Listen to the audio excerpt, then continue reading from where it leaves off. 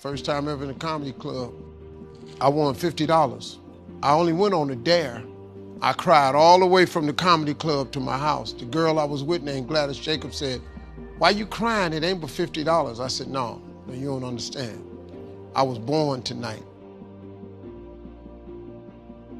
Well, I've been asking God my whole life, what's my purpose? I need to find something that I do. I won $50 first time in a comedy club. I went to work the next day, October 9th, and quit my job with $50 in my pocket. Married, twins, $50. My ex-wife said, "You can't do that. That's foolishness." Her mother told me, "You're not even funny." My mother told me, "Boy, you don't do stuff like that. You work like your daddy and your brothers." I said, "No, Mama, this is what I was born to do." And my mother was saved and, Sunday school teacher, so I believed everything my mama told me. But this one time I said, "Mama, I got to go try this." I said, "This is it for me." I said, "If I don't do this, what I'm gonna do?" She said, "You're gonna work like your daddy did. Your daddy worked hard." I said, "Okay, well, I just work hard. But I'm gonna go be something." The only person in my family that believed in me was my father. He said, "Boy, if you think you can make it, go ahead. Now, if you need some help, I'll give you 100 every now and then." And I've done nothing since that day except tell jokes. Now, I got in a lot of trouble. By the time I was 30, I was homeless. Because the first year in comedy, I only made $3,500. The next year, I made $5,000. The third year in comedy, I made $6,800.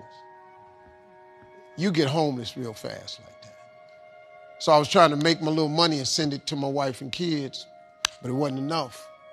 So I would just keep $25, enough to stay out there and get to the next gig. And it didn't work for me for 3 years. I lived in my car. You have to take chances in life. If you want your life to be something special, you eventually have to take a chance. You can't do normal things and expect extraordinary results. It doesn't work that way. You have to take an exceptional chance one time. And it's gonna cost you something that you care deeply about. Bishop Jakes told me one time, he said, in order to get to the next level in life, you can see where you wanna go, but it's a glass ceiling. The reason you can see it is because it's a glass ceiling. In order to break through a glass ceiling, you're gonna have to shatter the glass. Anytime you shatter the glass, it's gonna be blood shed. And the blood that you shed is gonna be something that you care deeply about. So if you are not willing to shed something you care deeply about, you cannot go to the next level. Most people let their family keep them from going to the next level. Some people, your friends. Some people, it's your job, your position keeps you from going to the next level. But if you go to work every day and you ain't happy, if you don't wake up overjoyed to go to work, that ain't no life, man. You got the wrong job. And you know why you got the wrong job? Because you ain't living in your gift. You only find peace and happiness when you live in your gift, the thing God created you to be.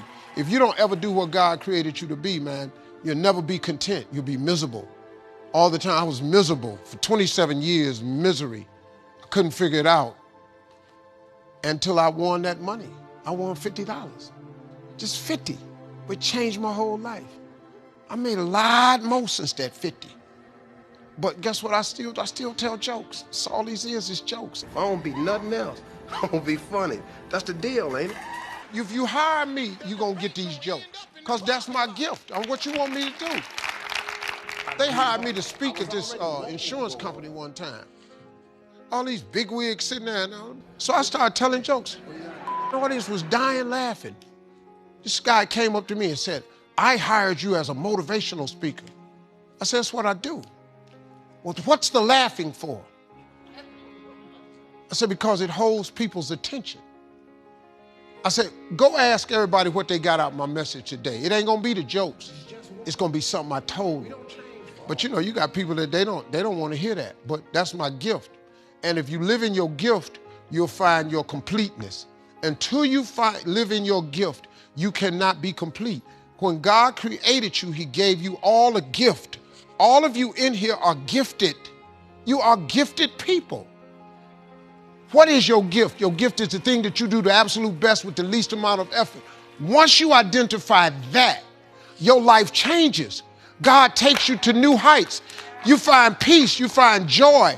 You wake up in the morning, you can't wait to go to work. If you waking up in the morning and you hate going to work, it's because you ain't living in your gift. I don't even have an alarm. I wake up every day ready to go to work because guess what? I'm going to go tell these jokes. They're going to give me this check. Look what I'm doing. Look, that is available to you though. That God that created you has that same thing available to you. Every last one of you. I bet he do. I dare you to try it. I dare you.